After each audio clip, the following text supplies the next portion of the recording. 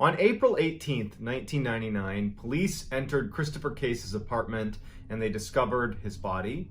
The coroner came in and was able to determine in relative short order that Christopher had died of natural causes. But when friends and family got a hold of the coroner's report, they turned to the police and they were like, wait, have you not heard what was happening to Chris in the week leading up to his death? And so police began interviewing the friends and family of Christopher Case, and they unraveled this totally insane story that to this day baffles investigators. Christopher Case predicted his own death. But before we get started, if you're a fan of the strange, dark, and mysterious delivered in story format, then you've come to the right channel, because that's all I do, and I upload at least 3 to 4 times a week, and I'm actually trying to get to 5 times a week, so I'm all in on this thing. And if that's what you're into, then please, if you would, gently slap the like button and then subscribe to my channel and turn on all post notifications so you don't miss any of those weekly uploads. All right, let's get into the story.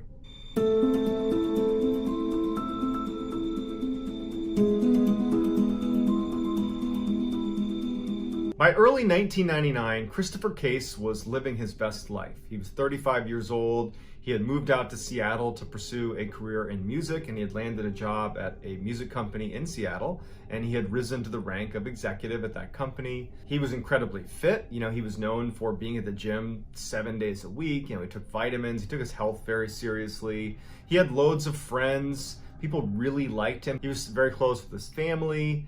And, despite all that, despite his popularity and success, he had been single for years. And even though he was not actively seeking a companion, his friends and family were continuously trying to set him up on dates. But Chris would prefer to not go on a date and actually stay home by himself and listen to music, because Chris had an obsession with a very specific type of music. He loved music from ancient times, specifically from Egypt. And so he would stay home instead of go out on dates and, crush ancient Egyptian music. That was like his idea of a great night. On April 11th of 1999, Chris was on a business trip because part of his job required a ton of travel. And he was on a trip with a couple of his coworkers, who were also friends of his. They go out to San Francisco, and on the 11th, they decide to go out for dinner that night. And one of his co-workers decides to bring along a friend who was someone that lived in the area. So they get to dinner, and one of them has their friend, who's an older woman, very attractive, very kind of intense looking woman. She was about 20 years older than Chris. That was his guess. And she sits down, and the four of them are just kind of having a nice conversation. And at some point, the older woman really takes an interest in Chris. And Chris takes an interest in her because it would turn out that they had a lot in common. And then she actually admitted to him that she was really into music from ancient times and actually has a specific interest in music from ancient Egypt. And so to Chris, he's like, how can this be? And he's like, this is my passion. I love that type of music. And they really hit it off. Now, Chris was not looking for any sort of romantic involvement with this woman. He was just so excited to talk about something he loved. And so all night, Chris and this older woman are chatting it up, and they're super into each other. He was looking at her purely from a platonic sense, but it was becoming clear by the end of the night, at least Chris was realizing this, that she was looking at him with a romantic angle. She was interested in Chris. And in fact, right as he's kind of realizing this, she asks him if he wants to leave with her and go back to her place. And he politely declines because he's not interested. He loved chatting with her about music and other things they had in common, but he wasn't interested in her romantically. And she became a little bit more aggressive and said, no, come on, let's get out of here. I got a place right down the road. We can go listen to music and hang out in my place. And he felt really uncomfortable, and he kept saying no, but she wouldn't let it go. And so finally, as she's literally trying to get him to say yes, he says, hey, you know what? I've had a long night. I'm going to go. And so he stands up to leave, and the woman goes from being very flirtatious and friendly to very angry at Chris. And she looks at him and kind of abruptly says to him, I'm actually a witch, and I'm going to put a curse on you. You're going to be dead within a week. Okay. And he just leaves. So the next morning, on April 12th, Chris gets up and he heads to the airport and he flies back to Seattle. When he lands in Seattle, he calls his friend Sammy, who was one of his very close friends back when he lived on the East Coast. He just wanted to share this weird experience with a close friend, and so they're kind of laughing about the whole thing. Neither of them are taking the curse seriously at all. It was like, you really dodged a bullet. It's good you did not go home with her. So in good spirits, Chris hangs up the phone with Sammy, and for the next 24 hours, Chris would fall right back into his regular daily life in Seattle. Nothing out of the ordinary happened. But all that would change starting the night of April 13th, which would have been 48 hours after his encounter with this woman in San Francisco. So Chris lives alone. He doesn't have pets.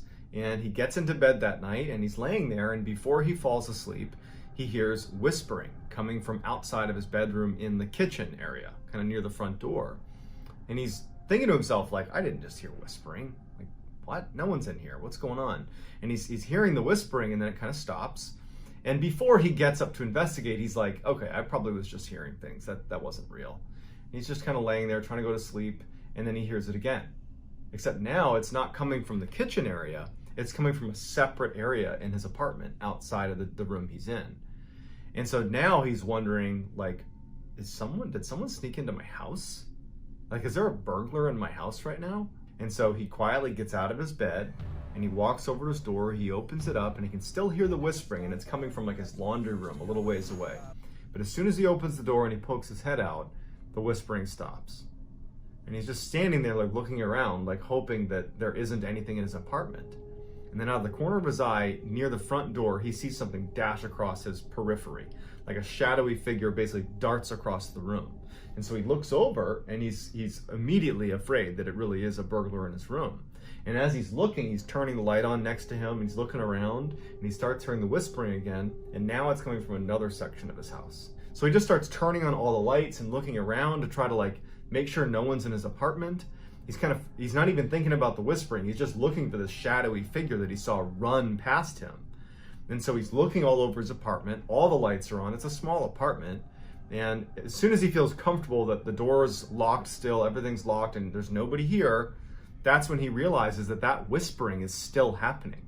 And so he turns back around, and now the whispering's coming from his bedroom where he was.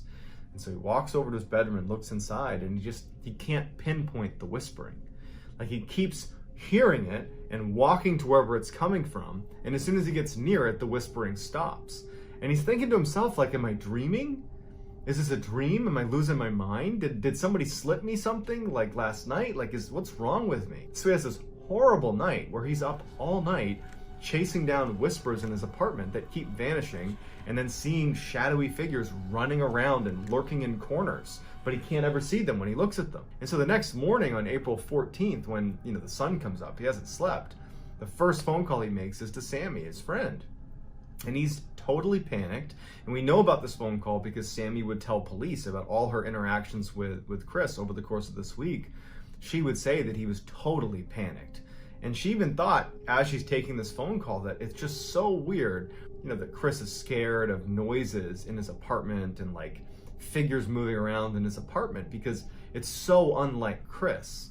He's, definitely a skeptic. He's just like he's a no BS kind of guy. So the idea that he would suddenly be terrified of something paranormal running around his apartment just seems so unlike him. But as she's listening to him, he was so scared about what was in his apartment.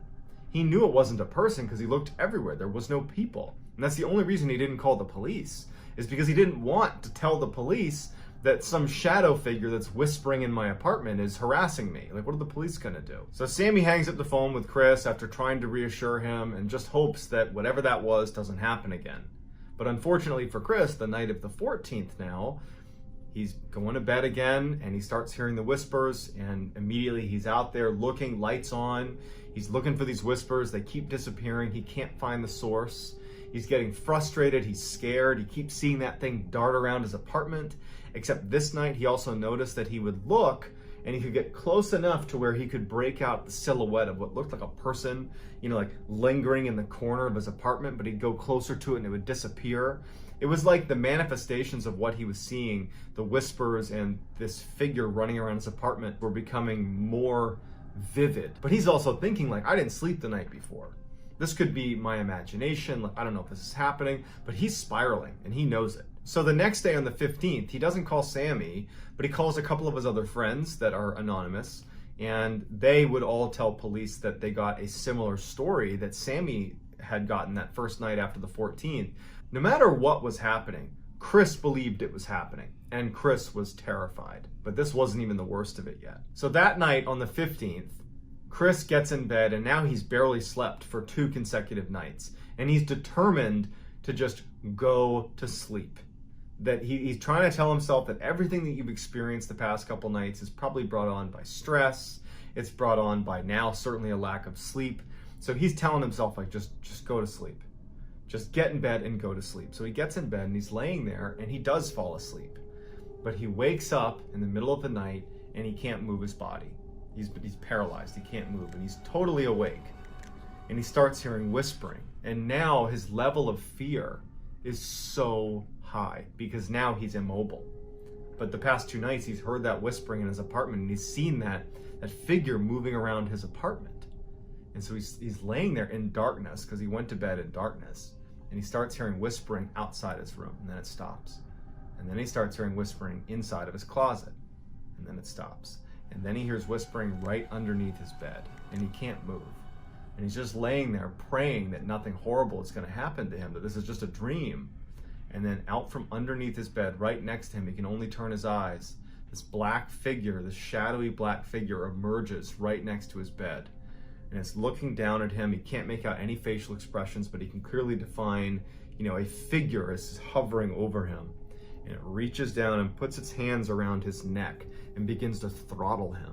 And Chris is like gagging, he can't breathe, but he can't move. And at some point the thing begins to lift him off of his bed by his neck and then throws him back down, and then the figure vanishes. Chris still couldn't move. He's choking to breathe, but he can't move, and he's just waiting for this thing to come back. And he knows that more than likely, whatever this is probably going to kill him this night. So he's laying there just thinking, oh my God, I'm about to die, I'm about to die. But the thing doesn't come back, and Chris can't move. And at some point, Chris, probably out of just pure, adrenaline crash or something, he falls asleep. And so when Chris wakes up and he can move again, he notices there's blood inside of his bed on his sheets. And then he looks at his hands, and at the tips of all 10 fingers are these incisions, like someone had intentionally cut open the top of every finger, something he certainly didn't do. And his bed is covered in blood from these 10 cuts on his hands. And then he feels his neck, and it feels tender. And it turns out he had marks on his neck. It was all bruised up from this thing choking him out. And it brought him back to, like, that really happened. He's now, like, actually in fear for his life. Chris immediately calls Sammy and tells Sammy everything that happened. And Sammy can't believe any of it. She felt helpless because she's on the other side of the country. She can't help him. And Chris is just petrified. And he's like, he can barely speak, he's like unable to articulate what's happening. He's describing these cuts on his hand and his neck, but there's no one in his apartment. And Sammy's trying to get him to call the police, but Chris is like, I can't call the police. What am I gonna tell him? That a shadowy figure is coming in my apartment and choking me? They're gonna think I'm crazy. Chris decides he's gonna approach this head on. Maybe that woman in San Francisco did put some curse on me. I need to at least research it. And so there was a religious bookstore right near his house that he figured might have some things on demonic possession and demons, the occult. And he goes in there and he kind of awkwardly approaches the store owner and is like, I'm looking for, books about demons and witchcraft and like how to protect yourself against that. And the guy points him towards a section of the store. And so Chris goes over there, he scoops up a whole bunch of books. He also buys like a whole bundle of crucifixes. So like at least 10. So he's got all these crucifixes, he's got all these books about demonic possession and witchcraft. He buys all of that and he leaves and he goes back to his apartment. When he gets back after doing some research, he ends up putting these crucifixes all over his apartment, like every room. And he takes salt and he draws a line all through his apartment against the baseboard of every wall in the house. And at every corner of the house, he'd pile up little piles of salt. He was going to do all the things that people say to do if you're dealing with demons or ghosts or anything through witchcraft. He was kind of grasping at straws a little bit. So he went out and did everything he thought he could possibly do to protect himself. That night, which was April 16th, we don't know what happened to Chris, but something scared him so badly that in the middle of the night, in a full panic, he runs out of his apartment and he checks into a hotel and does not stay at his apartment. The next morning, April 17th, when Sammy called Chris to check on him. Now remember, this is 1999. There was just landline phones. So she calls his landline at his apartment to check on him. There's no answer because he's not there. He's at the hotel. And Sammy, who's been speaking to Chris, and other friends that have been speaking to Chris, and everyone's concerned about his mental health and what's going on with him, when she doesn't get Chris to pick up his phone, she calls the police and she says, "Hey, I'm concerned about my friend. Can you do a welfare check on this guy?" And they go over to his apartment and it's locked, and they kind of look in the windows and everything just seems kind of quiet. And so they leave and they tell Sammy, like, "Hey, look, it's locked. We can't really do anything. Let us know if you don't hear from him in the next couple of days." And so that was it. And so Sammy's like super concerned. And so she goes to work on the 17th. And then when she gets back, she has a voicemail from Chris, who had called her at some point during the day while she was out. And on the voicemail, Chris tells her in a voice that was different than the past few days. The past few days, he was scared. He was really scared.